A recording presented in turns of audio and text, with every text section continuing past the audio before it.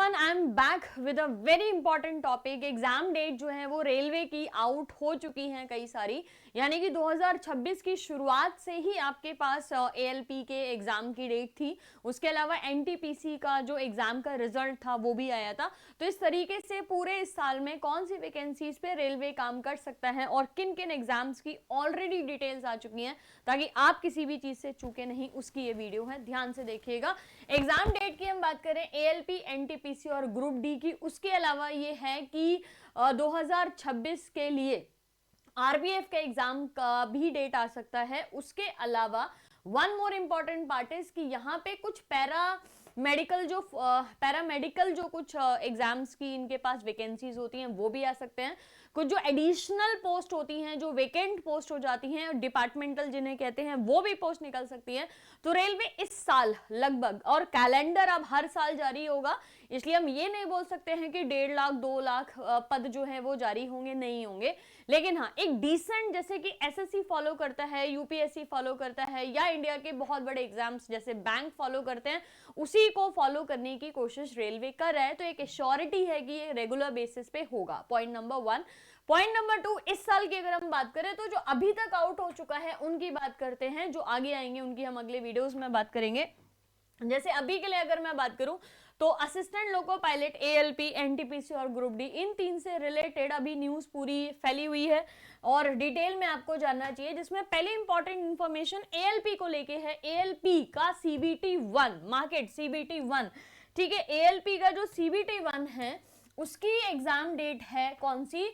16 तारीख, 17 तारीख और 18 तारीख। 16 फरवरी, 17 फरवरी और 18 फरवरी, इन 3 दिन जो है एएलपी का सीबीटी 1 का एग्जाम होगा। वैकेंसीज जो है वो 9,970 हैं। वैकेंसी सारी टेंटेटिव होती हैं, ये बात याद रखिएगा। वैकेंसीज कभी भी आपकी बढ़ाई जा सकती हैं, 9 से 18 भी की जा सकती हैं, इतनी भी रह सकती हैं, या मे बी इससे और ज्यादा की जा सकती है, डिपेंडिंग ऑन पीछे अगर पोस्ट खाली होती हैं तो वैकेंसीज हमेशा टेंटेटिव होती हैं। तो 9,970 में वैकेंसीज ये आगे बढ़ सकती हैं। एएलपी की अगर मैं बात करूं तो एएलपी के अंदर आपको फिजिक्स जो है वो पार्ट 1 के लिए अच्छे से अपने तैयार करके रखिएगा। फिजिक्स का एक 1 लाइनर सेशन भी आपका बहुत जल्दी इस चैनल पे आने वाला है। फिजिक्स के हम 100 मोस्ट इंपॉर्टेंट क्वेश्चन करेंगे, जो कि आपके इस एग्जाम के लिए बहुत ज्यादा जरूरी होंगे। दूसरी चीज ये कि फिजिक्स का पूरा एक टेस्ट सीरीज भी आपका क्लास 24 एप्लीकेशन पे है, उसको भी जाके देख लीजिए, वो भी आपको बहुत ज्यादा हेल्प करेगा। ऊपर से फिजिक्स के कुछ इंपॉर्टेंट एमसीक्यूज, जहां पे मैं न्यूमेरिकल्स के ऊपर और लाइट और इलेक्ट्रिसिटी जैसे कुछ चैप्टर्स के ऊपर फोकस करूंगी, जो कि आपको हेल्प करेंगे आपके एग्जाम के लिए भी। सो एएलपी की अगर हमने बात की तो 16, 17, 18 को सीबीटी 1 का पेपर है। नाउ अगर नई वैकेंसीज की बात करें तो नई वैकेंसीज अभी एएलपी की बहुत जल्दी नहीं आएंगी। सीबीटी 1, सीबीटी 2, उसके बाद आपका एएलपी के अंदर आपका मेडिकल और ये सारी चीजें होने तक अक्टूबर का महीना आ सकता है। अभी फरवरी है, मार्च, अप्रैल, मई, जून, जुलाई, अगस्त, सितंबर के आसपास इसका सीबीटी 2 हो सकता है और उसके बाद में प्रोसेस होगा। तो अगर हम ये कोशिश करें कि इसकी वैकेंसीज कब आएंगी तो फिर से सितंबर और अक्टूबर में, या कैलेंडर जो जारी हुआ था रेलवे वाला उसके हिसाब से भी आपकी वैकेंसी सितंबर अक्टूबर के आसपास आएंगी। तो इसकी तैयारी कर लीजिए, लगभग 1 महीना है आपके पास एग्जाम के लिए।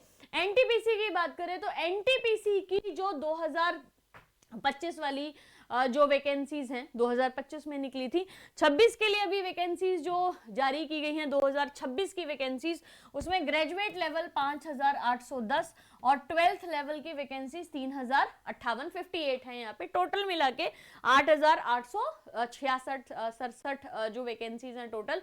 और इसमें जो अभी रिसेंटली अपडेट है एनटीपीसी को लेके वो ये है कि इसका रिजल्ट आया है, राइट। जो आगे अभी टीयर 2 होगा उससे पहले टीयर 1 का रिजल्ट आ गया। तो जो काफी बच्चे फॉर्म फिल किए थे, कई सारे बच्चों का एग्जाम भी क्वालिफाई हुआ है। तो ये एक एनटीपीसी को लेके अगर हम बात करें तो एनटीपीसी 2026 के लिए आप याद रखें, एनटीपीसी का सबसे अच्छा पॉइंट है जीके। जिसकी जीके ठीक है ना, उसको एनटीपीसी में कोई प्रॉब्लम कहीं पे भी नहीं आती है। 40 क्वेश्चन टीयर 1 या एससीबीटी 1 में, और सीबीटी 2 के अंदर जो है 50 क्वेश्चन हो जाते हैं जीके के। तो मैक्सिमम जो 100 क्वेश्चन है उसमें 40 जीके के हैं, 30 रीजनिंग, 30 मैथ्स, एंड जो 100 क्वेश्चन 120 जो टीयर 2 में जाएंगे या CBT 2 में जाएंगे वो 50, 35, 35। ग्रेजुएट और अंडर ग्रेजुएट दोनों का सिलेबस पैटर्न सेम होता है, लेकिन पेपर का जो डिफिकल्टी लेवल है वो अलग अलग होता है। अंडर ग्रेजुएट का इजी होता है, ग्रेजुएट वालों का थोड़ा सा डिफिकल्ट हो जाता है पेपर, बाकी कोई भी चेंजेस यहाँ पे नहीं होते। तो याद रखिए इसका रिजल्ट CBT 1 का आ चुका है, अगला पेपर जो है उसकी डेट्स अभी आना बाकी है। नेक्स्ट, यहाँ पे अगर हम रेलवे रिक्रूटमेंट बोर्ड के ग्रुप डी की एग्जाम की बात करें तो इसका जो पहला इनिशियल जो एक लेटर है या नोटिस कह सकते हैं 09/2025 करके, वो जारी हो चुका है। एप्लीकेशन डेट भी आपकी 21 तारीख से ओपन हो जाएगी, 21 जनवरी से ओपन हो जाएगी। इस फॉर्म को कैसे भरना है, कैसे तैयारी करनी है, ये सब जो है वो आगे की वीडियो में रहेगा। तो ग्रुप डी की टारगेटेड वीडियो आपके सामने आती रहेंगी। जैसे 21 तारीख को इसके फॉर्म भरे जाएंगे, उससे पहले एक पूरा फुल वीडियो आ जाएगा। 18 से 33 साल लगभग वैकेंसी जो है वो 22,000 है अप्रॉक्स, पीछे लिखा है, इसका मतलब वैकेंसीज के बढ़ने के पूरे चांसेस हैं जब अप्रॉक्स लिखा हुआ है। यहाँ पे 7th CPC पे मैट्रिक्स लेवल 1 की ये पोस्ट है। इसकी सैलरी कितनी होंगी तीनों एग्जाम्स की, वो कल वीडियो किया जा चुका है, उसको देख लीजिएगा। तो ये तीनों एग्जाम्स अभी आपके लाइंड अप हैं, इसमें से ग्रुप डी ही है जिसका आप 21 को फॉर्म भर सकते हो। ALP का ऑलरेडी भरा जा चुका है, NTPC का ऑलरेडी भरा जा चुका है। तो अभी रेलवे में ग्रुप डी अकेली ऐसी वैकेंसी है जो अभी आगे अपडेटेड होने वाली है आपकी। 22,000 वैकेंसीज हैं तो आराम से भर दीजिए। 10th आपकी मिनिमम क्वालिफिकेशन है, ITI भी इसमें कभी कभी इशू बनता है, लेकिन वो डिटेल में आएगा तब पता लगेगा। इसमें बहुत सारे आपके अलग अलग सेगमेंट्स हैं, assistant track machine, assistant bridge track maintainer, assistant TRD p way, assistant loco shed, assistant operation, assistant AC CNW postman and assistant SNT।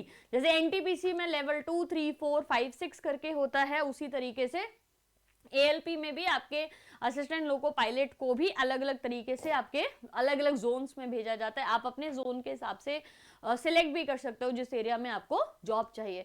I hope चीजें क्लियर हैं, सैलरी क्लियर है। दूसरी चीज कौन सा एग्जाम कब आने वाला है इसकी क्लियरिटी यहाँ पे हो चुकी है। तीसरी चीज आप ग्रुप डी को लेके फोकस करते हैं क्योंकि मेनली वही आपका आगे आने वाला है। और ALP की जो थ्योरी पार्ट है या क्वेश्चंस जो है वो कराना मैं आपके लिए शुरू करूंगी, ताकि ALP में क्या बड़े ऐसे 50 क्वेश्चन हैं फिजिक्स के जो पिछली बार भी पूछे और अगली बार भी पूछने के पूरे चांसेस हैं। तो ये भी आपके सामने आगे आने वाला है। तो आगे मैं वीडियो करूंगी जिसमें ALP के प्रीवियस ईयर क्वेश्चंस होंगे और ग्रुप डी के टारगेटेड तरीका की कैसे ग्रुप डी का एग्जाम आप क्रैक कर सकते हो, पहली ही बार में कैसे क्रैक करना है वो भी हम डिस्कस करेंगे। दूसरा, कल 11 बजे संडे को 11 बजे संडे को अपना यहाँ पे 11 जनवरी होगा, 11 जनवरी को 11 बजे एक वीडियो करने वाले हैं जिसमें मैं आपको आगे की ALP की और ग्रुप डी की पूरी स्ट्रैटेजी बताने की कोशिश करूंगी। तो इस वीडियो में मैं अभी साइन ऑफ करती हूँ और आप पीछे कमेंट सेक्शन में मुझे जरूर लिखिएगा कि आपको क्या इश्यूज हैं जो एग्जाम को क्लियर करने में आते हैं, क्या ऐसी चीजें हैं जो पढ़ने में दिक्कत होती है, क्योंकि सिलेबस सिंपल है, 9th और 10th आपको पढ़नी है। कंपटीशन की वजह से थोड़ा बहुत मुश्किल हो सकता है, otherwise there is no difficulty in clearing the exam. So कल सॉर्ट करते हैं और आगे एग्जाम को भी क्लियर करते हैं। कल 11 बजे मिलता है इसी चैनल पे, इसी जगह पे। Thank you so much.